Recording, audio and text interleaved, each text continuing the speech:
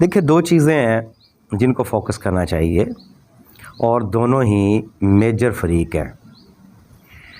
एक तो हमारी ज़मीन है और दूसरा पैडी प्लांट, यानी हमारी मूंजी का पौधा। ये दोनों ही मिलकर अच्छा परफॉर्म करें तो एक अच्छी पैदावार दे सकते हैं। एक्चुअली हमें जानना होगा इन दोनों फरीकैन की ज़रूरत क्या है, इनके साथ मामलात क्या हैं, प्रॉब्लम क्या हैं। उनको सोल्व करने के लिए या बेहतर परफॉर्म करवाने के लिए जो मटेरियल हम यूज़ करेंगे उसको खादें कहते हैं, और इस सारी स्ट्रगल को हम एक प्लान कहते हैं।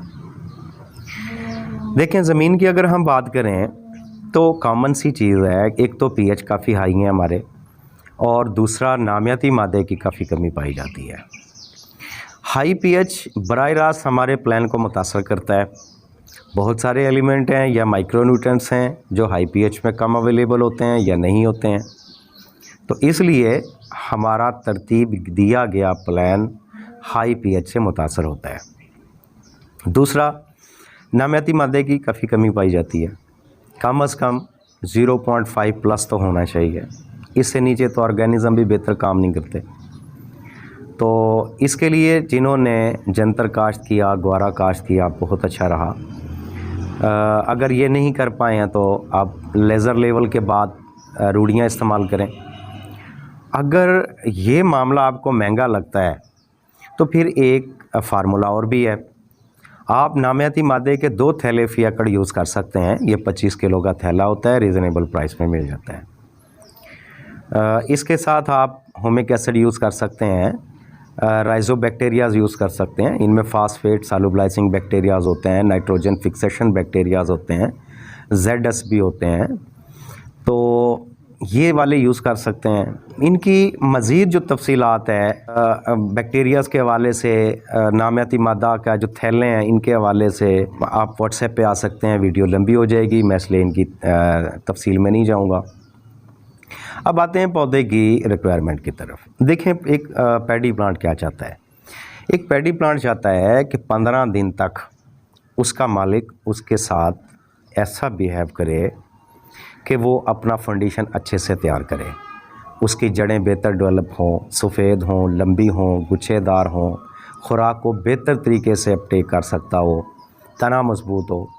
अगर इस तरह की बेस आप अपने पौधे की तैयार कर सकते हैं तो फिर एक बात का यकीन कर लें कि टिलर्स बढ़ाने के लिए मार्केट में जितनी टाफियाँ बिकती हैं वो सब पड़ी रह जाएंगी, उनकी ज़रूरत नहीं रहती। जिस पौधे की बेस मजबूत हो वो पौधा नेचुरली बहुत सारी टेलरिंग निकालता है, बहुत अच्छा परफॉर्म करता है। इसके बाद 18 से 40 दिन के ऊपर पौधा टिलर्स बनाना चाह रहा होता है, इसके लिए हेल्पफुल खादें यूज़ करना होंगी। बाद में रिप्रोडक्टिव ग्रोथ का टाइम शुरू हो जाता है, पौधा फ्रूट सेटिंग के ऊपर काम करता है, हमें उसकी यहाँ पे हेल्प करनी होगी। तो अब हम पहले 15 दिन के ऊपर डिस्कस करें कि पौधे की बेस अच्छी कैसे होगी, रूट डेवलपमेंट कैसे होगी, इसके लिए कौन सी खादों की ज़रूरत होगी। देखिए, इनमें फास्फोरस का बड़ा अहम रोल है, पोटाशियम इसके साथ बहुत अच्छा रहेगा, होमिक एसिड यूज़ करेंगे तो वो यूज़फुल होगा, सल्फ़र बेहतर होगा, राइजोबैक्टीरियाज़ बेहतर होंगे। ये सारी हमारी बेसल डोज होगी। अब बेसल डोज का टाइम क्या है। देखें, कद्दू के दौरान आखिरी स्वागे पे आप बेसल डोज दें, किसी वजह से नहीं दे पाए तो ट्रांसप्लांट के 7 दिन तक आप ये खादें दे सकते हैं। इनकी क्वांटिटी की अगर हम बात करें, देखें, फास्फोरस में अगर आप DAP डाल रहे हैं तो 1.5 बैग, जोरावर डाल रहे हैं तो 1 बैग, और अगर SSP डाल रहे हैं तो 5 बैग डालने पड़ेंगे। पोटाशियम का आधा बैग काफ़ी होगा। इसके अलावा आप होमिक एसिड 8 किलो का थैला डाल सकते हैं। राइजोबैक्टीरिया 5 से 10 लीटर फी एकड़ यूज़ कर सकते हैं। सल्फ़र अगर यहाँ पे देना चाह रहे हैं तो फिर 5 किलो बेंटोनाइट का इंतखाब करें। स्लो रिलीज़ फार्मूला है, देर तक पौधे को मिलता रहता है। इसके अलावा आप नेक्स्ट टाइम 2-3 एप्लीकेशन और होंगी, वहाँ पे भी सल्फ़र यूज़ कर सकते हैं। अगर बेसल डोज में देना है तो फिर आपको बेंटोनाइट यूज़ करना चाहिए। अच्छा, ये हमारी बेसल डोज़ हो गई है। अब अगली डोज़ जो है वो हमने टिलर्स के लिए लगानी है। टिलर्स का टाइम शुरू होता है 18 से तकरीबन 40 का जो दौरानिया होता है। अब चूँकि हम सेकंड डोज 12 से 15 दिन पे दे रहे हैं, मेरा ख्याल है कि 2-4 दिन खाद को वर्क करने के लिए भी देने चाहिए। इसलिए ऐसा नहीं होता कि 18 दिन पे टिलर बनना शुरू होते हैं तो आप 18 दिन पे डोज दे रहे हैं। दे सकते हैं बहालत मजबूरी, लेकिन अच्छी बात है आप 3-4 दिन पहले इसका डोज दें। अब चूँकि हमारी ये फसल जिसका हम प्लान तैयार कर रहे हैं ये शार्ट दौरानिये की है, तो इसलिए कोशिश करें इसको 12 से 15 दिन पे दें। अच्छा, इसमें 35 किलो यूरिया हम देंगे, इसके साथ 6 किलो जिंक 33% वाला, और ट्रेस एलिमेंट के लिए सुल्तान यूज़ करेंगे। अब सुल्तान में माइक्रोन्यूट्रिएंट्स भी शामिल हैं सभी, और सेकेंडरी एलिमेंट भी शामिल हैं। अब गो के इसमें बोरान भी पाया जा रहा है, इसमें सल्फ़र भी पाया जा रहा है, इसमें जिंक भी पाया जा रहा है। ये तीनों एलिमेंट हम फिर भी अलहदा से यूज़ करेंगे, वो इसलिए कि पैडी प्लांट की एक्स्ट्रा ज़रूरत होती हैं ये चीज़ें। बोरान की हमें अलहदा ज़रूरत पड़ सकती है, सल्फ़र की पड़ सकती है, और इसके अलावा जिंक की। बाकी सारे एलिमेंट सुल्तान में मिल जाते हैं। ये 5 किलो का थैला आपने यूज़ करना है, और 35 किलो यूरिया यूज़ करना है, और 6 किलो जिंक 33% वाला यूज़ करना है। ये सेकंड डोज़ हमारा हो गया। थर्ड जो एप्लीकेशन है हमारी वो 28 दिन पे होगी। इसमें सोचने की बात है कि लोग दूसरा जो डोज़ है वो 18 दिन पे भी करते हैं और तीसरा 40 दिन पे ले जाते हैं। एक तो हमारी शार्ट दौरानिये की फसल है, हमने इसलिए भी इसको एक एक्स्ट्रा डोज़ करना है, और दूसरा इसकी अहमियत ये भी है कि 18 से 40 डेज़ का जो टाइम है वो टिलर्स के लिए है, और 28 डेज़ पे टिलर प्रोसेस पीक पे होता है, पौधे की ग़िज़ाई ज़रूरत पड़ रही होती है। यहाँ पे आम तौर पे हमारे पौधे के पत्ते पीले नज़र आना शुरू हो जाते हैं। यहाँ पे जिंक की कमी, सल्फ़र की कमी और सारे डेफिशिएंसीज़ देखने को शुरू हो जाती हैं। यहाँ पे हम एक डोज़ जो है लाइट डोज़ बेशक करें वो नागुज़ीर है, क्योंकि यहाँ पे पौधे की ग़िज़ाई ज़रूरत काफ़ी बढ़ चुकी होती है। अगर यहाँ पे पौधे को ग़िज़ाई किल्लत का सामना करना पड़ गया तो पौधा स्ट्रेस में चला जाएगा, और स्ट्रेस से निकालने के लिए हम कुछ भी यूज़ कर लें, 40 डेज़ से पहले हमारा पौधा स्ट्रेस से नहीं निकलता, और 40 डेज़ के बाद जितने भी टिलर्स होते हैं वो सारे के सारे पराली का हिस्सा होते हैं, वो मैच्योर नहीं होते। लिहाजा 18 से 28 दिन में जितने भी टिलर्स हैं वो खा 10 हैं, वो खा 15 हैं, वो खा 20 हैं, सिर्फ वही आपके मैच्योर होंगे। इसलिए हमने कोशिश करनी है यहाँ पे एक डोज़ कर दिया जाए, और इसमें 15 किलो यूरिया काफ़ी होगा। यहाँ पे चाहें तो 2 किलो सल्फ़र यूज़ कर सकते हैं, लेकिन अगर खाली यूरिया भी आप यूज़ कर लेंगे तो वो काफ़ी रहेगा। तीसरा डोज़ जो है वो 38 दिन से 40 दिन पे जाके करेंगे, ये भी नाइट्रोजनी डोज़ होगा। यहाँ पे आधा बैग नाइट्रोजन का होगा। यहाँ पे अगर हम आधा बैग करेंगे तो हमारा 1.5 बैग यूरिया हो जाएगा, और 1.5 बैग अब तक हमारा DAP हमने बेसल डोज़ में दे दिया है। पोटाशियम का अभी तक आधा बैग हुआ है, तो आधा और होना है। तो 38 दिन पे कुछ सोचने की चीज़ें हैं।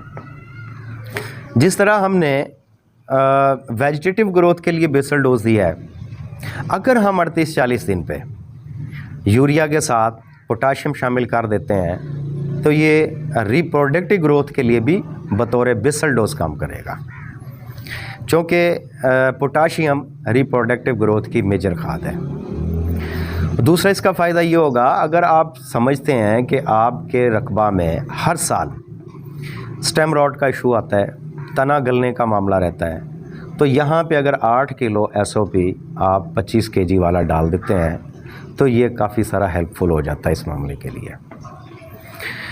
अगर इस तरह का मामला नहीं है तो कोई मसला नहीं, आप खाली यूरिया का आधा बैग लगा सकते हैं। इसके बाद पोटाशियम का आधा बैग आपको ग्लोब की हालत पे ले जाना पड़ेगा, वहाँ पे आप थोड़ा सा यूरिया शामिल कर सकते हैं, बल्कि मैं ये समझता हूँ कि बेहतर हल है कि आप वहाँ पे नाइट्रो पोटाश का इस्तेमाल करें। नाइट्रो पोटाश वहाँ पे अगर आप 25 kg वाला कर रहे हैं तो 12 किलो फी एकड़ के हिसाब से काफ़ी रहेगा। अगर SOP डाल रहे हैं तो फिर आपको आधा बैग डालना पड़ेगा। जो हमने थर्ड डोज़ दिया है, यहाँ पे आप बोरान शामिल कर सकते हैं 1 किलो फी एकड़ के हिसाब से, और जो 28 दिन वाला डोज़ है वहाँ पे आप 2 किलो सल्फ़र भी यूज़ कर सकते हैं। और जो फर्स्ट डोज़ है हमारा जो 12 दिन के बाद देना है, वहाँ पे ट्रेस एलिमेंट सुल्तान हमने दिया है, और जो बेसल डोज़ है वहाँ पे हम होमिक एसिड और राइजोबैक्टीरिया यूज़ कर रहे हैं। यानी कि मेजर खादों के अलावा हर डोज़ के साथ हमने एडिशनल कोई ना कोई चीज़ डाली है। ये आपने ज़रूर फोकस करना है। नाइट्रोजन के हवाले से मैं एक चीज़ और भी आपसे कहता चलूँ कि धान की फसल के लिए अमोनियम सल्फेट बड़ा पसंदीदा सोर्स है। उसकी एक वजह है, जो पैडी का प्लांट है ये अमोनिया अपटेक करता है। यूरिया जब हम देते हैं तो ये नाइट्राइट और नाइट्रेट में तब्दील होता है या पौधा उस वक्त इसको अपटेक करता है। तो इन फॉर्म्स को चेंज करने के लिए ऑक्सीजन और बैक्टीरियाज का होना ज़रूरी होता है। चलें, बैक्टीरियाज तो होंगे, लेकिन चूँकि पैडी के खेत में पानी खड़ा रहता है हर टाइम पे, ऑक्सीजन वाफर नहीं मिलता, डेफिशिएंसी होती है, तो ये खाद अपना फॉर्म चेंज नहीं कर पाती, जिसकी वजह से पौधे अच्छे से उठा नहीं पाते इसको। इसीलिए तो माहिरीन कह रहे होते हैं कि जब भी आपने यूरिया डालना है तो खेत से पानी निकाल दें, कीचड़ की हालत पे छटा करें, उसके बाद आप 24 घंटे के बाद पानी लगा दें। वो इसीलिए कह रहे होते हैं कि इसको फॉर्म चेंज करने के लिए थोड़ा ऑक्सीजन मिल जाए, और इसका कोई मकसद नहीं होता। ये सारे जतन करने से बेहतर है आप अमोनियम सल्फेट का इस्तेमाल करें। ये डायरेक्ट अमोनिया का फॉर्म है जो पैडी के लिए पसंदीदा है। तो अगर आप अमोनियम सल्फेट का सोर्स इस्तेमाल कर रहे हैं तो आपको तकरीबन 2 से 2.5 बैग फी एकड़ यूज़ करने पड़ेंगे। इन 3 ही टाइम पे स्प्लिट करना पड़ेगा, और अगर यूरिया डाल रहे हैं तो फिर 1.5 बैग काफ़ी होगा, और वो भी 3 टाइम पे मैंने स्प्लिट किया है। मज़ीद मालूमात के लिए आप व्हाट्सएप ग्रुपों को ज्वाइन कर सकते हैं, जिनका डिस्क्रिप्शन में लिंक दिया गया है। और मुझे उम्मीद है आज की वीडियो आपके लिए यूज़फुल होगी। आज की वीडियो में इतना ही, इजाज़त दीजिए, अल्लाह हाफ़िज़।